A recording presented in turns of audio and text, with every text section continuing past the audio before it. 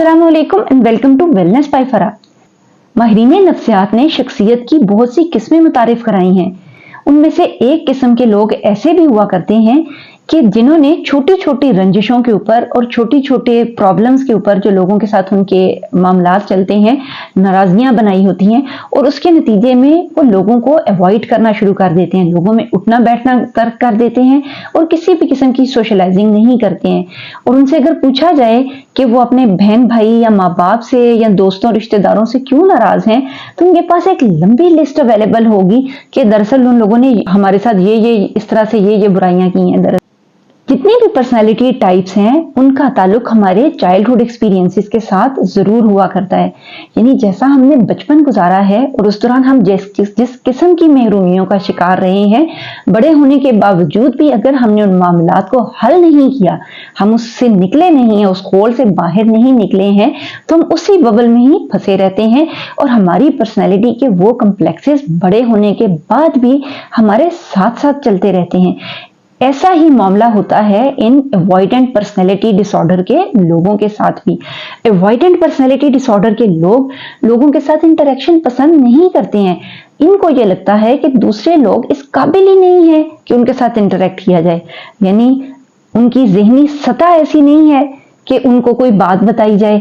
अपने आप को सुपीरियर भी समझते हैं और दूसरों के बारे में जो राय कायम करते हैं उसमें भी ज्यादा आंसर यही होता है कि उनके साथ गिले शिकवे करना, ज्यादा नेगेटिव थिंकिंग। अगर कहीं इंटरेक्शन हुआ है तो अगर उन्होंने कोई अच्छा जेस्चर शो किया है वो उन्हें याद नहीं रहेगा, लेकिन कोई ऐसी चीज है जो कमी या कोताही हुई है वो उन्हें बहुत याद रहेगी। उन्होंने पहले यह सोचा हुआ होता है कि हमने इस पर्सन को अवॉइड करना है। वो आपकी तरफ बढ़ेंगे ही इसी स्ट्रेटेजी के साथ कि कोई बात मुझे मिले ना और मेरी इससे जान छूट जाए। अब जब वो इस माइंडसेट के साथ आते हैं तो वो ये क्या करेंगे, आपने उनको वेलकम किया, आपने सोफे पे बिठाया, उनको लगेगा ये सोफा नरम मुलायम नहीं है, सोफा पुराना था, चुभता था, साफ नहीं था, उसमें से स्मेल आ रही थी। आपने कोई ड्रिंक या खाने पीने की चीज पेश की है, ये ठंडी नहीं थी या ये गर्म नहीं थी, बर्तन अच्छे नहीं थे, हमारे शायाने शान नहीं थे। यानी हर एक चीज में वो इतने ओवरवेल्म्ड होते हैं अपने बारे में कि उनको बाकी लोगों के मामलात हैं या जो भी वो एफर्ट्स पुट कर रहे हैं उनको खुश करने की, वो उनके लिए काफी नहीं हुआ करती हैं। इसी तरह अपने हकूक पे नजर और फराइज से चशमपोशी और कोताही कि दरअसल वो उनकी जो अपना एक परफॉर्मा है ना, एक परफॉर्मा सा बनाया हुआ होता है, उसके ऊपर टिक टिक लगनी जरूरी है। कोई एक खाना भी क्रॉस हो गया है, जैसे कि उन्होंने खाना बनाया हुआ, हाँ घर साफ था, मिलने ठीक तरह से आए, हाँ स्माइल कर रहे थे, हाँ खाने की चीजें ठीक बनी हुई थी, टेस्ट भी ठीक था, ओ बाहर निकलते हुए इन्होंने हमें खुदा हाफिज नहीं कहा और बाहर हमें दरवाजे तक छोड़ने नहीं आए। अब जो एक खाना खाली रह गया है ये उसी को ही फ्रेम करेंगे। इसको फ्रेमिंग भी कहा जाता है, फ्रेमिंग ऑफ अ स्टेटमेंट। ये उस चीज को रीफ्रेम करेंगे और उसको जिस तरह ड्राइंग रूम की बालकनी से बाहर लटका देंगे और ताकि वही आपका विर्चू बन जाएगा। हाँ हम उनके घर गए थे, बाकी तो ठीक ही है, लेकिन हमें बाहर तक भी छोड़ने नहीं आएगी। इस तरह वही मेन जो चीज है वो इस चीज को इस कदर हाईलाइट करते हैं कि ये नॉर्मल लोगों के साथ उठना बैठना पसंद नहीं करते हैं और इस तरह इनका सर्कल श्रिंक होता होता इतना कम हो जाता है कि ये भी अवॉइडेंट पर्सनैलिटी डिसऑर्डर में चले जाते हैं। वो कि अवॉइडेंट पर्सनैलिटी डिसऑर्डर के जो कैरेक्टरिस्टिक्स हैं वो बहुत ही डाइवर्सिफाइड है, मुख्तलिफ हो सकते हैं, लेकिन उनमें ये जो एस्पेक्ट है, इस किस्म के जो लोग हैं ये सबसे इंटरेस्टिंग होंगे। और अब हम देखते हैं कि इनके चाइल्डहुड के साथ इस चीज का क्या ताल्लुक हो सकता है। जो इनका बचपन था उसमें क्या हुआ कि इनकी अपनी इमोशनल नीड्स पूरी नहीं की गई।